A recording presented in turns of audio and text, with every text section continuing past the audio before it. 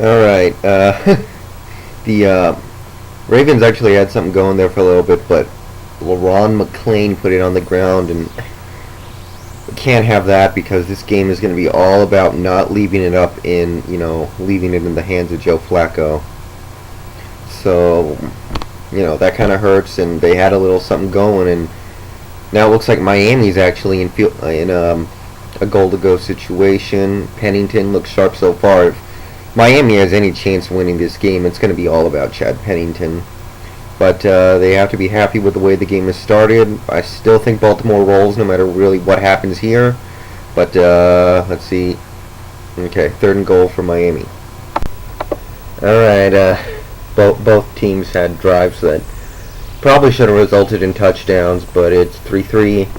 Flacco actually looked real good to start the game, but he's been struggling a little bit since, so I think Baltimore needs to get back to running the ball a whole bunch, and try and get a lead. If they get a lead, they can really just cruise, I think. So Pennington threw a pick just now, but Baltimore punted it back.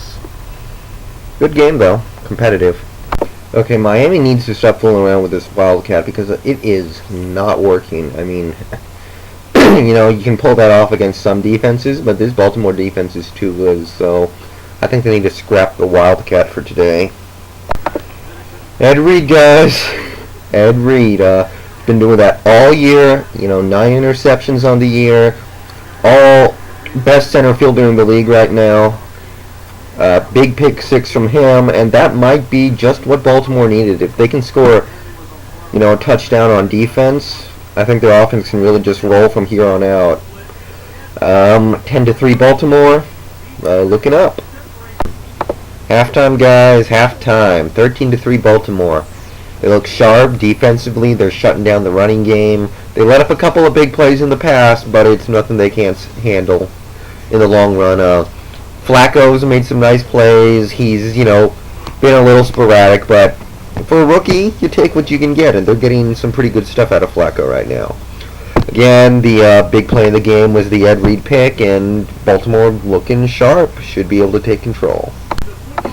Well, ominous start for Miami to this second half. Pennington just threw his 3rd pick of the game to a guy who was like double, triple covered. I don't want to put this on him because this Baltimore Ravens defense is very, very good, but he's got to throw that one away. I mean, this Ravens defense is not going to give him anything. He has to just try and chip away, and if Baltimore scores here, they can really take control.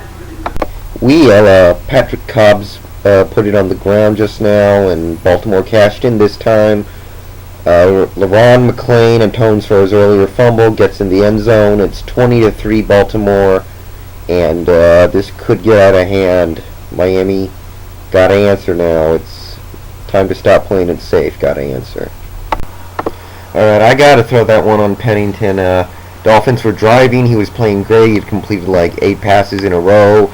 Ted Ginn, they were really just moving down the field nicely, and he threw a pick just now, his 4th of the game, to Ed Reed. And Ed Reed, being the great ball hawk that he is, always around the ball, always making plays, that was a throw he cannot make. And if Baltimore can get a drive going here and get any kind of points,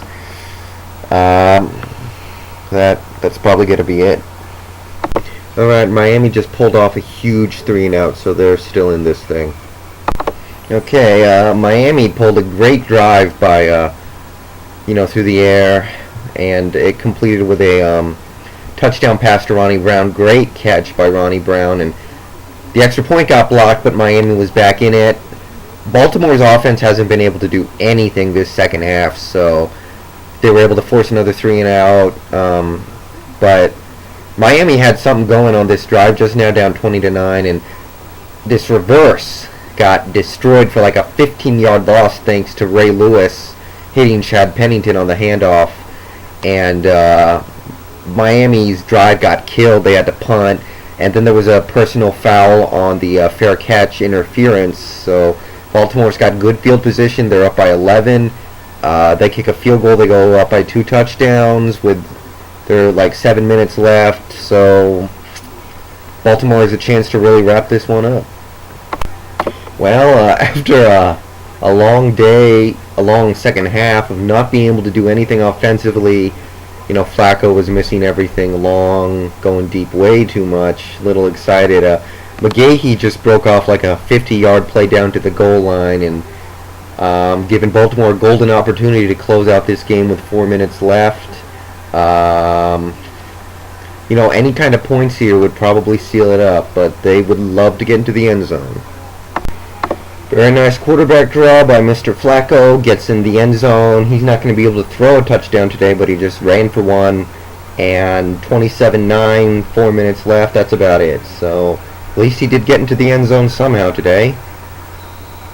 Well, congratulations to both teams. Both great turnarounds, and their fans have nothing to be sad about.